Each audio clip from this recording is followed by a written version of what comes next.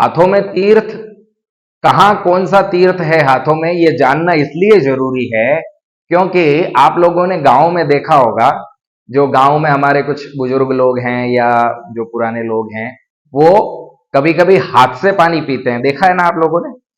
तो वो हाथ से पानी पीते समय क्या गलती करते हैं, पहले तो वो एक उल्टे हाथ से कोई कोई लोग पीते हैं, कुछ यदि सीधे हाथ से पीते भी हैं तो वो कैसे, ऐसे पानी पीते हैं, इस प्रकार पानी पीते हैं ना।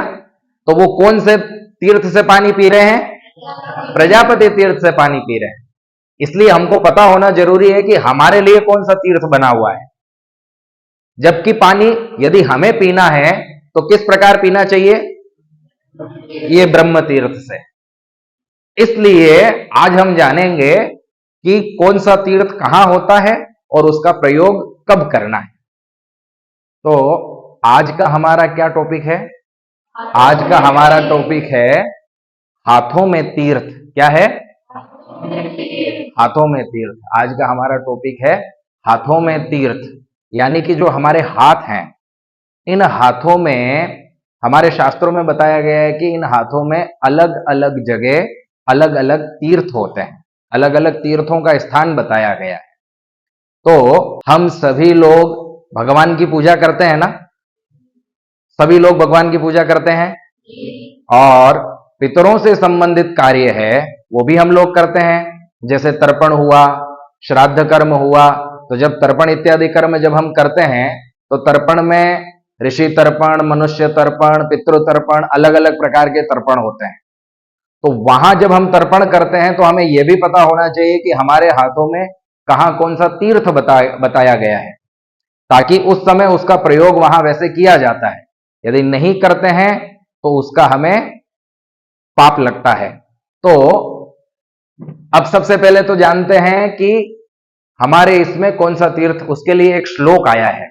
श्लोक क्या है, पैत्र्यम मूले प्रदेशिन्या कनिष्ठाया प्रजापते ब्राह्म्यम अंगुष्ठ मूलस्थम तीर्थं दैवं कराग्रतः सव्यपाणितले वह्ने तीर्थम सोमस्य वामतः ऋषीणान्तु समग्रेषु अंगुली पर्व संधिषु।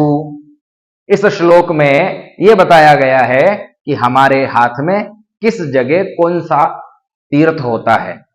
तो सबसे पहले हम जानते हैं कि हमारे हाथ में कहां कौन सा तीर्थ होता है, उसके बाद जानेंगे कि किस तीर्थ का किस समय प्रयोग किया जाना चाहिए। तो सबसे पहले ये जो हमारे अंगुलियां हैं, ये ऊपर की जो अंगुलियों का जो प्रथम पर्व है, अग्रभाग है हमारा, ये जो अग्रभाग है इसे कहा गया है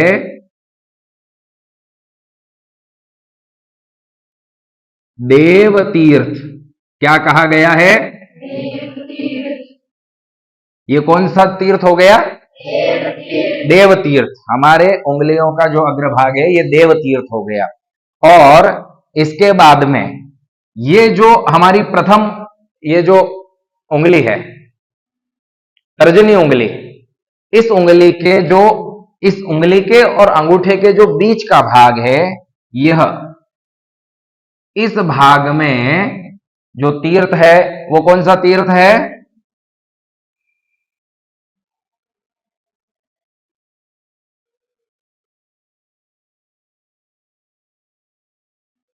कौन सा तीर्थ हो गया, पितृ तीर्थ हो गया।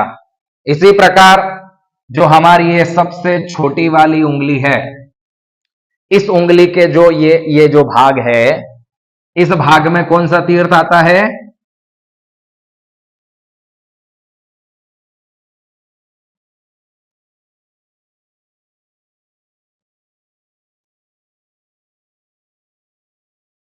प्रजापति तीर्थ। कौन सा आता है, प्रजापति तीर्थ।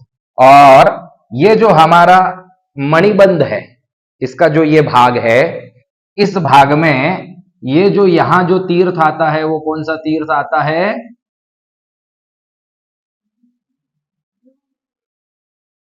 ब्रह्म तीर्थ। कौन सा तीर्थ आता है, ये ब्रह्म तीर्थ। और हमारा जो सीधा हाथ है, इस सीधे हाथ के जो मध्य में जो हमारी जिसे हम हथेली कहते हैं, तो इसमें मध्य भाग में सीधे हाथ में जो तीर्थ है वो कौन सा तीर्थ है? अग्नि तीर्थ है। कौन सा है? और ऐसे ही जब हमारा उल्टा हाथ होगा, लेफ्ट हाथ होगा, तो उसके मध्य में जो तीर्थ होगा वो कौन सा होगा?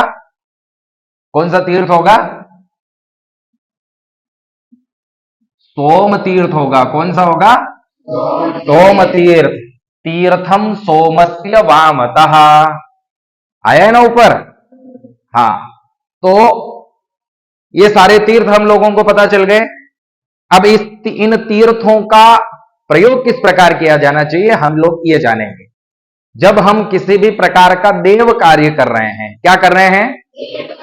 देवताओं से संबंधित कार्य कर रहे हैं, पूजा कर रहे हैं भगवान की, या किसी भी देवताओं की पूजा कर रहे हैं, तो जब हम कहते हैं कि यथाशक्ति पूजनाख्येन कर्मणा अमुक देवता प्रियता न मम, जल छोड़ते हैं, तो जल कहां से छोड़ा जाएगा?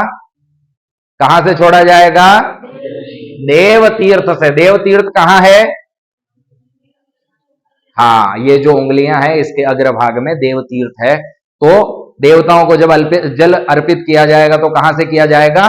देव तीर्थ से। यूं करके जल छोड़ना है, ठीक है।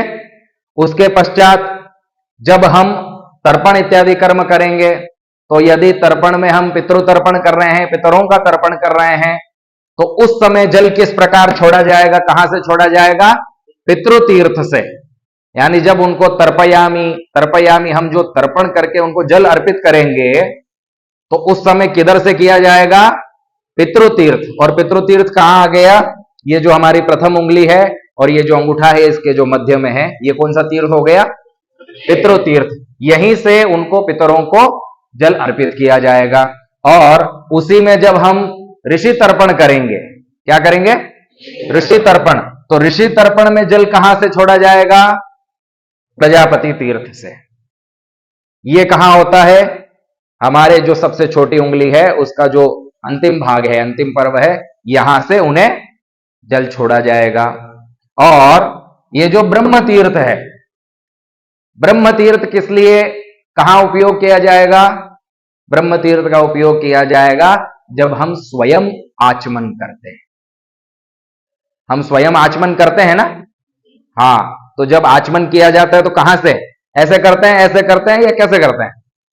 इस प्रकार। ये जो हमारा हाथ में जो ब्रह्म तीर्थ है यहां पे, ये मणिबंध के पास, तो यहां से केशवाय नमः स्वाहा, नारायणाय नमः स्वाहा, इस प्रकार। तो ब्रह्म तीर्थ से हम स्वयं जल ग्रहण करते हैं। इस प्रकार आप सबको हाथों में तीर्थ समझ में आ गया? ठीक है, फिर कल अपन एक नया टॉपिक पढ़ेंगे।